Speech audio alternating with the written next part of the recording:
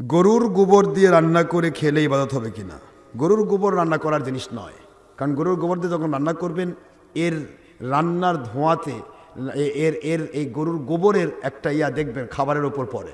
এটা দেখেন না কথা করছেন, গোবর যেহেতু নাপাক, নাপাক দিয়ে গোবরের থেকে যেটা গ্যাস করা হয় এই গ্যাস দিয়ে রান্না করা যায় না।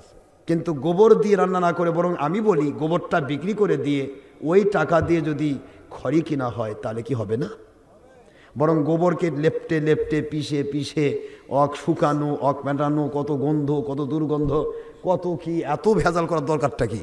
গোবরের তো দাম আছে না? নাই, গোবরের তো দাম আছে, গোবর সার হিসেবে বিক্রি হয়। এই গোবরটা বিক্রি করে দেন, ওই বিক্রি টাকা দিয়ে ওইটা দিয়ে আপনি খড়ি কিনেন, অসুবিধা আছে? যদি করতে চাই হবে। গোবর কেন, গোবর দিয়ে যদি রান্না করা যায় তাহলে মানুষের পায়খানা দিয়ে রান্না করা যায়, সমস্যা কি? ইচ্ছা করলে তো আর কিছু হয় না, এটা আমরা কিছু কিছু মানুষ নিয়ম করে ফেলেছি, এটা নয়। বরং আমি বলবো কঠিন করে দিচ্ছি না, আপনি গোবরটা বিক্রি করেন সার হিসেবে, অসংখ্য মানুষ ক্রয় করবে, ওই টাকা দিয়ে আপনি রান্নার খড়ি কিনেন, অনেক দিন চলবে। কথা ঠিক না ঠিক? আল্লাহ পাক আপনাকে সাহায্য করবে। গোবর এটা রান্নার জিনিস নয়, কারণ গোবর দিয়ে যখন রান্না করবেন অবশ্যই এর ওই গোবর যখন পুড়ে যায়, এই পোড়ার সময় বাতাসের সাথে এর ইয়াগুলি খাবারের মধ্যে পড়ে যায়। কথা করছেন না কেন? আমি তো নিজে দেখেছি এগুলো, আমি অনেক জায়গাতে দেখেছি, তো খাবারের মধ্যে পড়ে যায়, খাবার খুলে রাখে, রান্না করার সময় অবশ্যই খুলতে হয়, নাড়তে হয়, নাড়াচাড়া করতে হয়, এর মধ্যে গোবরের এই আপনার এই ছাইটা গিয়ে পড়ে যায়।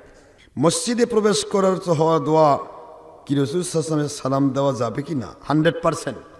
আপনারা মসজিদে নববীতে গিয়ে দেখে আসবেন, ওয়াহাবিরা তো এখন চালাচ্ছে সৌদি আরব, তারপরেও আমার নবীর রওজা পাকে ঢোকার আগে মসজিদে নববীতে ঢুকতে লেখা আছে আসসালাতু ওয়াসসালামু আলাইকা ইয়া রাসূলুল্লাহ আল্লাহুম্মা আফতাহ লি আবওয়াবা রাহমাতিক। যারা বলুন সুবহানাল্লাহ। প্রথমে নবীকে সালাম, তারপরে আর আল্লাহ রহমত পেন। আমার নবী রহমাতুল আলামিন, রহমাতুল আলামিনের রহমতই নাই, আপনি রহমত পাবেন কই? এই জন্য দরুদ, যে কোনো দোয়া কবুলের জন্য প্রথম শর্ত দরুদ। হুজুর বলেছিলেন দোয়া ও মাওকুফুম বাইনাস সামাই ওয়াল আরদ হাত্তা তুসাল্লি আলাইয়া। হুজুর সাল্লাল্লাহু আলাইহি ওয়াসাল্লাম বলেন আসমান আর জমিনের মাঝখানে দোয়া ঝুলে থাকে, কবুল হয় না ততক্ষণ পর্যন্ত যতক্ষণ ওই দোয়ার আগে পিছিয়ে দরুদ না হয়। যারা বলুন সুবহানাল্লাহ। এই জন্য যে দোয়াই করেন আপনি সে দোয়ার আগে পিছিয়ে দরুদ শরীফ থাকবে। মসজিদে ঢোকার সময় অবশ্যই দরুদ থাকবে, এটাই সহি, এটাই সুন্নাহ। এর বিপরীতটা বাতিল 72 ফেরকার আলামত। নামাজের মধ্যে সূরা পড়তে ভুল হলে নতুন করে নামাজ শুরু করতে হবে? নামাজের মধ্যে সূরা পড়তে ভুল হয়ে কী পরিমাণ ভুল হয়েছে দেখতে হবে। যদি ভুলটা কুফরি পর্যায়ে যায় নামাজ বাতিল হয়ে যাবে।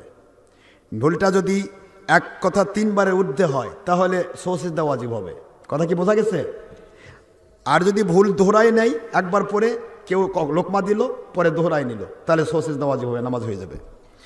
নামাজের মধ্যে কোনো সমস্যা হলে উঠে গিয়ে অজু করে এসে পুনরায় নামাজ, নামাজের মধ্যে কোনো অজু নষ্ট হয় তাহলে সে নিজে অজু করে এসে নামাজ পড়বে, বাতিল হয়ে যাবে তার নামাজ, সে নতুন করে নামাজ পড়বে।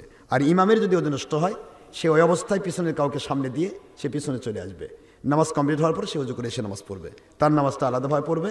ইমাম যে 2 রাকাত নামাজ পড়েছে তারপর অজু নষ্ট হয়েছে, পরে একজন সামনে গেল, সে পরে 2 রাকাত পড়ে দিলে নামাজ হয়ে যাবে। সুবহানাল্লাহ জোরে কর।